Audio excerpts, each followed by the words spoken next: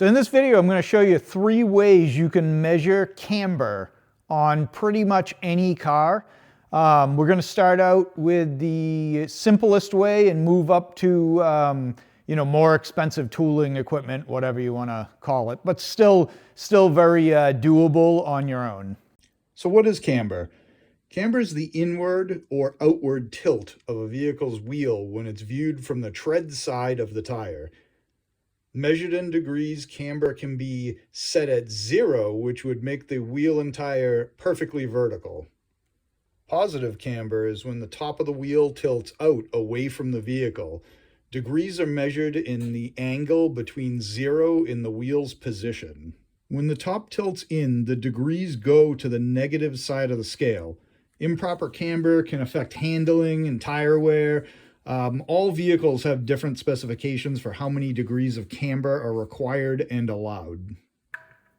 All right, so the first way that we're going to measure camber here, you're going to need 3 simple tools. You've got a level, a ruler, this is just a 12-inch ruler, and a tape measure.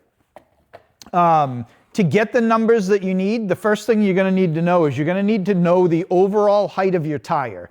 You want to do this on as level of a surface as you possibly can. So if we measure the height of the tire, and this will make sense once we get a little into it, we go just right down to the floor, throw the ruler in here, and lay it flat on the tire. So we're flat on the tire, and this tire is 26.5 inches in overall diameter. And it's a 295/50/15, so that kind of makes sense to what the manufacturer says anyway. But so to get your camber level, or camber degree, we're going to sit in here, we're going to take the level, put it against the bottom of the tire, get it level. Once you've got it pretty much perfect, and this is like the absolute basic way you can do this. And then we're going to take the ruler and hit it right on the sidewall of the tire and come over to this inner edge, because that's what's hitting on the bottom. And we're going to just get a measurement here. And our measurement here is 1 3/8 of an inch of negative camber. I know this is negative because it's pretty obvious that it's negative here. If this was at 0 degrees, this would be straight up and down and the rubber would be hitting this level at level, hold it at level, and you'd be that far. So I have 1 inch, 1 3/8 of an inch in of negative camber. So now what do we do with that? I am going to give you a website down in the description that you can go to for a calculator. You're going to put in your tire diameter, so your tire height. So in our case, we're going to do 26.5. And then we're going to put 1 3/8, which we're going to swap over to 1.375 as a decimal. And that is going to kick out a measurement of 2.97 degrees is what that's going to give us. So that's basically, let's call it 3 degrees of negative camber. Okay, so the next way we can do this, also very simple, relatively inexpensive tools, equipment to do it. The first thing I've got a piece of steel tubing. This particular one is square tubing. It's I think this is 1/2 inch by 1/2 inch, somewhere around there. And it's cut down to 15.5. The reason I have it 15.5 is so that it will sit on this rim. Going against the bulge in the tire with the level works for the most part, but there is some variance between the amount of bulge you have sticking out top and bottom. You've got weight on a car is always going to be a little fatter on the bottom than it is on the top. So it's accurate, but not 100% accurate. And it can vary depending on the tire sidewall. The angle of camber that you have currently on the vehicle is going to kind of shift the rubber a little bit on the tire. So what I've got is I've got what's called an angle finder, an inclinometer. This is an old style. They work perfectly fine on certain jobs. There is a needle inside here that moves around with the tool. It's magnetic on this bottom side, so you can attach it to something that's metal. And you can use that as you get a 90 degree, and then you roll up. That's 90 degrees, 10 degrees. The trouble I have with using this for this type of a job is the little points, the little tick marks in there are so small, and the amount of degrees that we're looking at finding is such a small amount of degrees. Going from 90 to 10 in that slight movement makes it very complicated to read. It's accurate, but it's very difficult for you to see where that needle actually is on this scale when you're only talking about going, between 1 and 5 degrees. So not going to use that today. What I do have is I have a digital version of it. If we turn this on, it's just I'll put the link to everything I'm using here in the description.